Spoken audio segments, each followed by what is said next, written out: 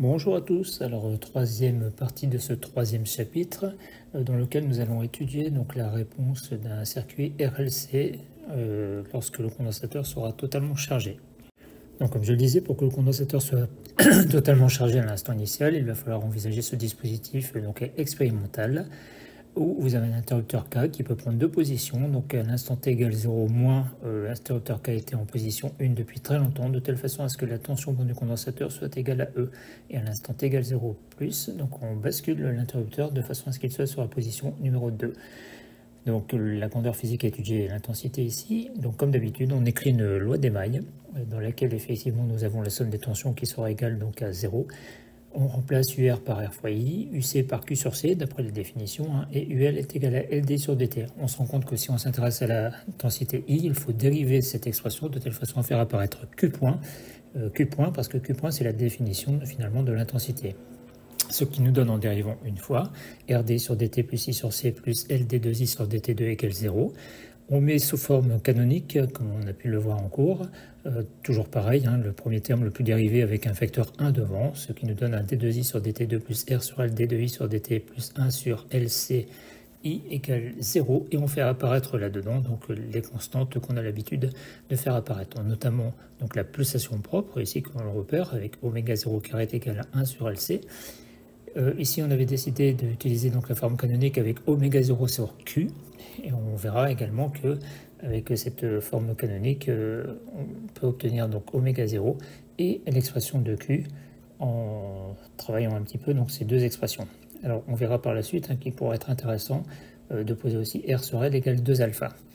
Alors, quand on a cette forme de solution, cette forme d'équation différentielle, la solution peut s'écrire sous la forme exponentielle moins alpha t, d'où l'intérêt de poser R sur L égale 2 alpha.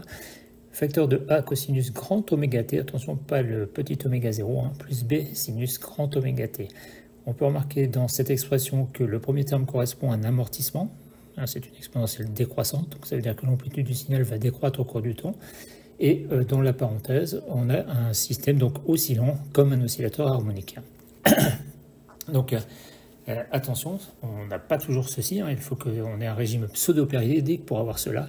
Et pour regarder un petit peu quand est-ce qu'on a un régime pseudo-périodique, je vous propose de regarder l'équation caractéristique de notre équation différentielle. On peut mettre sous forme canonique, alors comme d'habitude, G est la grandeur physique concernée, donc ici notre G c'est l'intensité du courant électrique, sur la forme G point plus 2 alpha G point plus oméga 0 carré G égale 0, en posant effectivement donc alpha égale oméga 0 sur 2Q. C'est une autre façon de l'écrire, ça permet au moins d'avoir et de montrer que le terme d'amortissement est en exponentielle moins alpha t, de façon un tout petit peu plus simple. Donc la technique, c'est d'écrire l'équation caractéristique. Cette équation caractéristique, c'est une équation du second degré. Donc on regarde un petit peu le discriminant. Ce discriminant ici, je l'exprime en fonction de alpha et de oméga 0. Donc il peut être soit positif, soit négatif. Je ne parlerai pas du cas où c'est la frontière entre les deux, c'est-à-dire lorsque le discriminant est nul. Et on va s'intéresser plus particulièrement au discriminant qui est négatif, pour avoir des solutions effectivement imaginaires. Ce qui nous impose de poser delta égale à 4i carré fois oméga 0 carré moins alpha carré, de telle façon à ce que oméga 0 carré moins alpha carré reste positif, pour en prendre la racine effectivement dans les deux solutions R1,2. Donc on peut voir avec ces deux solutions R1,2 qu'on peut retrouver très facilement effectivement l'expression de I de t qui était pressentie de façon un peu physique, avec grand oméga qui serait donc la pseudo-pulsation, c'est pas une vraie pulsation puisqu'il y a un amortissement, tel que grand oméga est égal à racine carrée d'oméga 0 carré moins alpha carré.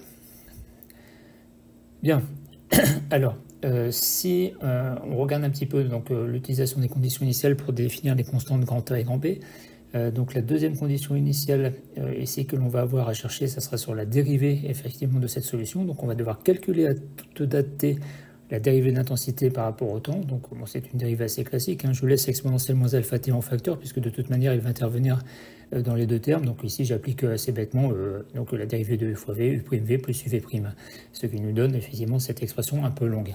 Je regarde après avoir calculé cette expression de la dérivée à toute date t, à l'instant particulier à t égale 0, il y a pas mal de simplifications là-dedans, donc il nous reste simplement là-dedans moins alpha fois grand A plus B fois grand oméga. Voilà. On se souviendra qu'à l'instant t égale 0 dans les conditions initiales que j'ai données, donc on a une information sur la tension aux bornes du condensateur, et cette tension aux bornes du condensateur n'est pas directement exploitable. Il faut reprendre donc la loi des mailles, regarder un peu ce qui se passe avec la loi des mailles à l'instant t égale 0+, puisqu'elle restera tout le temps, et on se rend compte qu'en utilisant la deuxième condition initiale que l'intensité à l'instant t égale 0 est nulle, donc UR à l'instant t égale 0+ est nul, et on a donc UC à l'instant t égale 0+, qui est finalement proportionnel à DI sur DT, et le coefficient de proportionnalité ici c'est moins L. Ce qui nous donne DI sur DT à l'instant t égale 0 égale moins E sur L. Donc quand on commence par ceci, on a effectivement donc une indétermination, il reste A et B à déterminer, mais on a une première équation. Alors, on va se servir maintenant de l'équation qui donne I de t.